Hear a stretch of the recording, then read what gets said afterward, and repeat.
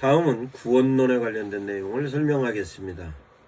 구원론을 설명을 하자면 타락론을 우선적으로 설명을 해야 할 것입니다. 그러면 타락론에 관련된 내용을 설명을 하자면 하나님께서 세상 만물을 창조하셨습니다. 5일째까지 창조하셨고 6일째는 인간을 창조하셨습니다. 그러면 인간을 창조하시고 그 인간을 향하여 당신의 메시지를 제시하십니다. 생육하고 번성하고 충만하라, 정복하고 지배하라. 5일째까지의 창조한 모든 것을 인간들로 하여금 다스리라고 하십니다. 그 다스림에 관련된 내용 속에서 하나님의 의지가 세상 만물을 창조하시고서는 좋아하였는데 인간을 창조하신 하나님은 심히 좋았더라고 표현을 하십니다. 그러면 심히 좋았더라는 하나님의 의지로 인간들로 하여금 세상 만물을 다스리게 하는 것으로서의 하나님의 의지가 정립되어 있는 것입니다. 그런데 그 하나님께서 인간을 창조하셨을 때의 기쁨이 어떻게 유지가 되는가로서는 하나님은 창조주이시고 인간은 피조물입니다. 그 창조주이신 하나님과 인간인 피조물과의 관계에 있어서는 절대적인 질서가 필요합니다. 절대적인 질서의 분기점은 선악과입니다. 그 절대적인 질서로서의 선악과를 하나님께서는 먹지 말라. 즉 선악과를 바라보고 하나님의 뜻을 보고 선악과를 통하여서 인간이 인간임을 깨닫는 것인데 악이 들어옵니다. 악이 들어와서 인간을 향하여서 눈이 밝아져서 하나님처럼 된다는 질서의 분기점을 깨버립니다. 그 깨버림에 대한 내용이 인간으로 하여금 판단하게 하는 것입니다. 눈이 밝아져서 하나님처럼 될 수 있다는 판단에 결정은 따먹어야 되겠다는 결정을 합니다. 그래서 판단으로서 하나님처럼 되고 결정으로서 선악과를 따서 거기까지는 사유적인 부분으로 악입니다. 실제적으로 선악과를 따먹음으로 죄가 형성이 된 것입니다. 그로 인하여서 죄가 형성이 되는 것이고 죄가 형성이 되므로 하나님과의 관계가 질서가 깨진 겁니다. 하나님의 질서가 깨져서 하나님과 질서가 깨짐의 모습은 하나님께서 뭐라고 표현했냐? 선악과를 따먹는 날에는 정령 죽으리라. 결국은 죽음에 대한 내용이 설명이 되어 있는데 그 죽음에 대한 내용은 우리가 이해하고 있는 목숨이 끊어지는 죽음이 아니라 에덴 동산에서 쫓겨나는 것이 현상이고 그 현상에 관련 내용은 하나님과의 관계가 질서가 깨지고 하나님과의 관계가 단절이 됨을 죽음이라고 표현하고 있는 것입니다. 이와 같은 부분이 타락에 관련된 내용입니다. 그래서 인간들이 갖고 있는 고통이 하나님과의 관계가 결별이 되고 질서가 깨짐으로 말미암아 고통이 일하는 고통인지 해산의 고통인지 등등등등 모든 내용을 하나님께서 죽음에 관련된 내용으로 제시를 했습니다. 그러면 이 죽음에 관련된 내용이 인간의 갖고 있는 죄성으로 죄의 악, 생각으로서의 악과 실천으로서의 죄로 나타난 현상은 죽음으로 에덴 동산에 쫓겨나고 하나님과 질서가 완전히 깨졌는데 그래도 하나님께서는 인간을 창조해 놓으셨고 그 인간을 향하여서 끊임없이 당신이 가지고 있는 당신의 의지를 이어가십니다. 그 이어가심에 대한 내용은 하나님께서 인간을 향하여 은총을 허락하셔서 세상 모든 만물이 실제적으로 메커니즘에 의해서 돌아가는 데 대한 내용이 실제적으로 사람들이 지식적인 부분에 있어서의 이해하여서 세상 만물을 다스리고 움직여 갑니다. 뿐만 아니라 인간과의 관계에 있어서도 하나님께서 만들어 놓은 인간 내면에 하나님의 형상을 통하여서 관계를 맺어갖고 가는 것으로 사회가 그래도 도덕적인 부분에 이어가고 있습니다. 그러나 일부분이지 전체적인 부분에서는 절대로 그렇지 않습니다. 인간은 악합니다. 죄를 진 인간이기 때문에 항상 죄성으로서 오만한 자리에 앉아 있는 겁니다. 그와 같은 부분에 있어서 하나님께서 메신저들을 통하여서 끊임없이 그래도 당신이 사랑하고 있는 인간들이 살아가는 삶에 대한 내용을 끊임없이 메신저들을 통해서 당신의 뜻을 제시하십니다. 그 제시하심이 구약 성경에 있어서 예언자들, 선지자들, 제사장들, 구약에 기록되는 모든 메신저들을 통하여 당신의 뜻을 제시합니다. 그 제시하였던 것이 수용하는 것은 하나님의 은혜로서 수용하는 것이고, 하나님의 은총은 하나님의 은혜를 입는 사람들 말고 모든 사람들, 전체적인 사람에게 다 제시되는 것입니다. 그러면 이와 같이 하나님과의 관계가 질서로 깨져서 죽는 인간이 어떻게 하면 하나님과 관계가 회복이 되느냐? 그 관계 회복이 되는 데 대한 내용은 인간이 갖고 있는 모든 죄성에 대한 내용을 다 포함하고 있는 인간이어야 합니다. 그런데 그 인간이 죄성을 갖고 있는 인간의 죄를 도말하기 위해서는 인간이지만 죄가 전혀 없는 인간이어야 되는 것입니다. 그런 부분에 있어서 하나님의 의지적인 부분으로 인간을 구원해야 되고 관계를 다시 회복해야 되겠다 해서 당신께서 직접 인간의 몸을 입고 오신 인간이 예수 그리스도인 것입니다. 그 예수님은 100% 인간이어야 합니다. 100% 인간임의 조건은 죄가 전혀 없는 인간이야지 그 인간이 제물로서 하나님과의 관계 회복하는 데 대한 희생양이 되어서 십자가에 달려 죽음으로 하나님과 우리와의 관계가 창조주와 피조물과의 관계에서 아버지와 아들과의 관계로 이어지는 조건이 되는 것입니다. 그래서 예수 그리스도가 우리 죄를 지고 십자가에 달려 죽음으로 하나님과의 관계가 회복이 된 것입니다. 이런 의미에서 예수 그리스도가 십자가에 죽으심에 대한 의미가 있는 것입니다. 그러면 예수 그리스도가 십자가에 죽으실 때의 예수 그리스도는 100% 인간이기 때문에 마귀가 와서 끊임없이 시험하는 것도 실제적으로 인간의 삶의 필요성을 갖고 얘기하는 것이 아니라, 마귀가 와서 돌로 떡을 만들어라, 마귀가 와서 엎드려서 절하면 모든 것을 주겠다, 성전에서 뛰어내려라는 예수 그리스도에게 너는 인간이 아니고 신이다, 신이다, 신이다라는 개념을 끊임없이 제시하는 것으로서의 내용이었는데, 예수 그리스도는 끊임없이 가지고 있었던 당신의 사역인 인간임을 놓치지 않았습니다. 결국은 인간으로서 최악의 고통을 통하여서 죽음에도 불구하고 그 내용을 피하지 않고 인간으로서 수용한 것입니다. 그러면 예수 그리스도께서 인간으로서 수용하여서 십자가에 달려 돌아가심의 제물을 통하여서 주님께서 죽으심으로 끝나는 것이 아니라 부활로서 완성된 것입니다. 그 부활로서 완성되어서 실제적으로 우리 죄는 도말이 됐습니다만, 그 예수 그리스도를 향하여서 빚진 내가 아니고 예수 그리스도가 나와 동일체가 돼서 살아계신 예수 그리스도와 나와 동일체가 된 것입니다. 그래서 우리는 실제적으로 빚진 자가 아닌 완전한 하나님의 자녀로서 거듭난 모습입니다. 그런데 예수 그리스도는 실존의 하나님이시기 때문에 실존의 2000년 전에 실존에서 하늘로 승천하셨습니다. 그러면 실존으로서 2000년 전의 상황이 끝났느냐? 그것이 아니고 예수님께서 승천하시면서 우리를 향하여서 보혜사 성령을 보내주셔서 세상 끝날까지 우리와 함께 있다로 성령을 보내주셔서 현재 우리와 성령께서 동일체로 삶을 이어가는 것입니다. 즉 성부 하나님, 성자 예수님, 성령님 삼위일체 하나님이 창세부터 요한계시록 지금 현재까지, 아니 요한계시록까지 우리 곁에 계시는 세상 끝날까지 계시는 성령 하나님이 예수님이며 성령 하나님이 하나님이신 것입니다. 그래서 세상 끝날까지 우리가 함께 있는 것입니다. 그러면 실제적으로 우리가 예수 그리스도를 내 구주로 어떤 조건으로 내와 나와 성부 성자 성령의 하나님과 동일체가 되느냐?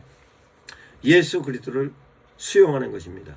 그 수용하는 것인데, 수용하는 데 대한 내용이 믿음이라고 표현을 합니다.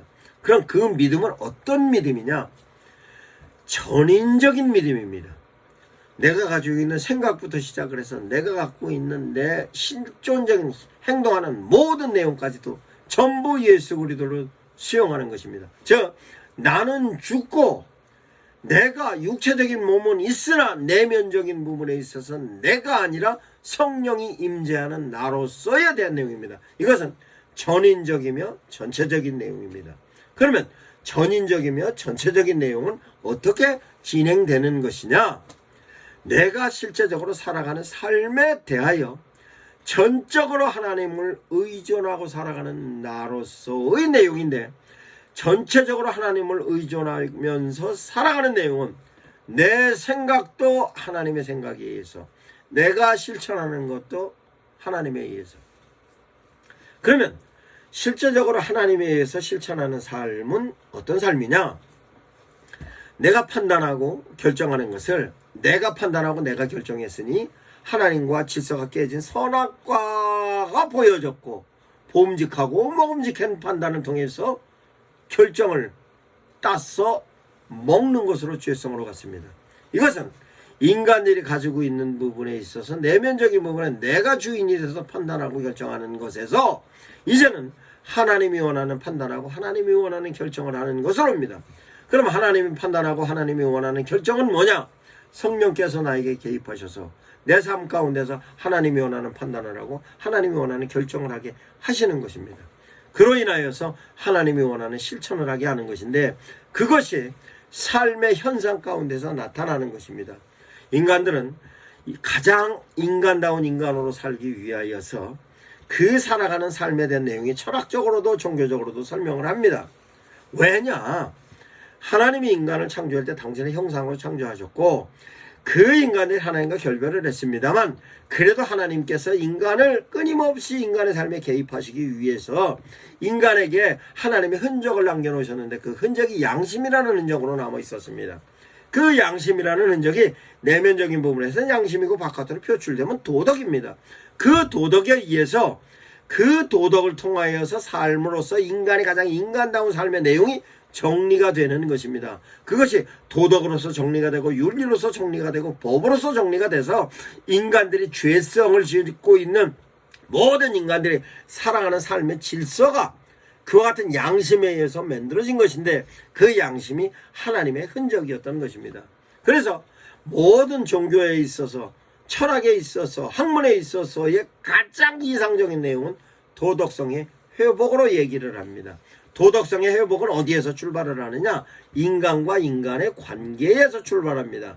그래서 인간과 인간과의 관계뿐만 아니라 만물과 인간과의 관계에 있어서도 가장 이상적인 부분에 있어서는 내가 선을 긋고 질서를 지키는 부분으로서 설명을 하는 것입니다. 그래서 자연과의 관계에 있어서는 욕심 부리지 말고 자연과의 관계는 이렇게, 인간과 인간과의 관계에서는 이렇게 라고 샤머니즘부터 시작하여 토테미즘부터 시작하여 모든 학문적인 내용, 모든 내용이 다 여기에서 출발점을 갖고 완성까지도 가는 것입니다.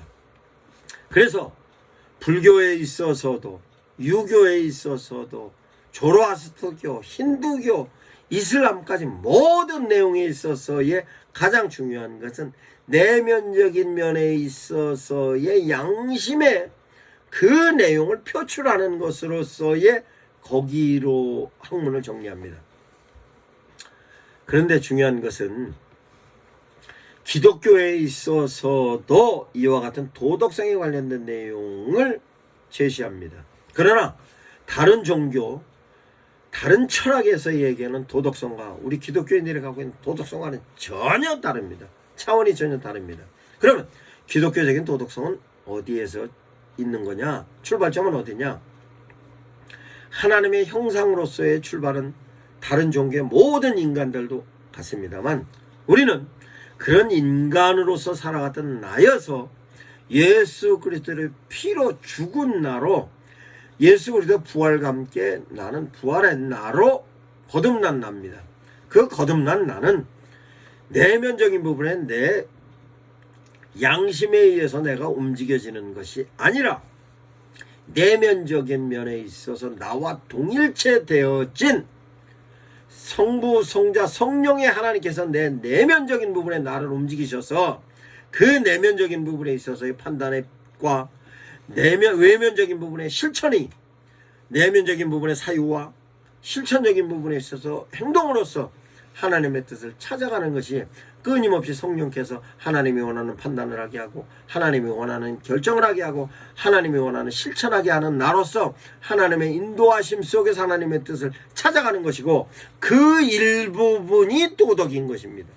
그래서 그 내용을 어떻게 설명을 하자면 구원받은 자로서로는 현상이 가치관이 바뀌는 겁니다. 즉 내가 살아갔던 양심적인 내가 가장 아름다운 인간으로 살아가는 양심에 근거로 한 도덕성의 나에서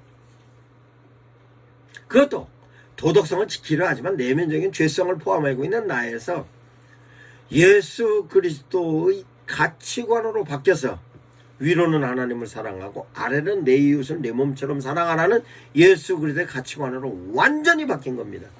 그 예수 그리스도의 가치관으로 살아가는 방법은 성령께서 내 삶에 개입하셔서 내가 판단하고 결정하고 실천하는 데 있어서 하나님이 원하는 판단을 하고 하나님이 원하는 결정을 하고 하나님이 원하는 실천을 할 수 있는 나로 성령께서 끊임없이 나의 삶에 개입하시는데 그 개입하심은 사유적인 부분과 함께 실천적인 부분 그 내용 전인적인 부분으로 개입하셨고 그것은 모든 인간에게 전체적으로 개입하셨고 그거는 세상 만물에 관련된 모든 내용을 포함하고 있는 것입니다. 이와 같은 모습이 바로 구원받은 자에게 주시는 하나님의 놀라운 축복입니다. 그러면 구원받은 자가 실제적으로 실존해서 느끼는 현상은 어떤 것이 있느냐? 그러면 구원받은 데 대한 내용은 도덕만이냐?